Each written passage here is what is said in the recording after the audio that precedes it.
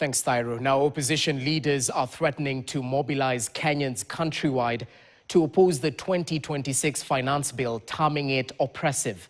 Wiper Patriotic Front leader Kalonzo Musyoka claims this year's finance bill is more oppressive than the previous one that was rejected by Kenyans. Clement Masombo reports. Wiper Party leader Kalonzo Musyoka has led a fresh opposition onslaught against the government over the proposed Finance Bill 2026-2027, terming it an economic assault on ordinary Kenyans.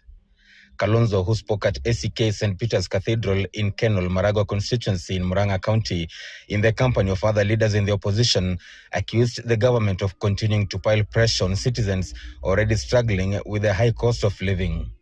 He claimed that the bill contains punitive tax measures that will further hurt low-income earners and small businesses.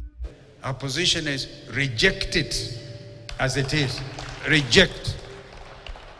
Reject Finance Bill 2026-2027 because sasa introduce quietly leasehold. Dedan Kimathi atakuwa amekufa bure ikiwa ile damu wa Kenya walimwaga, haswa watu wa mlima huu walimwaga ndio ardhi yetu iwe sawa. Sasa nyinyi wajukuu wenu watakuwa wakilipa rent. Kalonzo further accused President William Ruto's administration of ignoring the economic suffering of Kenyans, saying the government has failed to address rising fuel prices, food costs, and the general economic crisis. Because leasehold, kupatiwa lease, unalipa rent.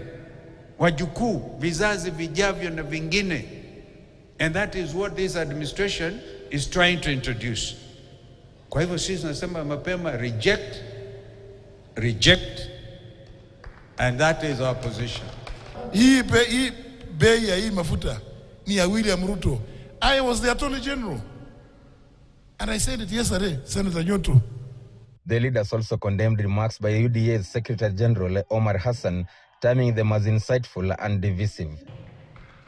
Mheshimiwa JB Muturi, watoto walipoanza kushikwa mateka almaarufu abductions, mtoto wake akawa abducted.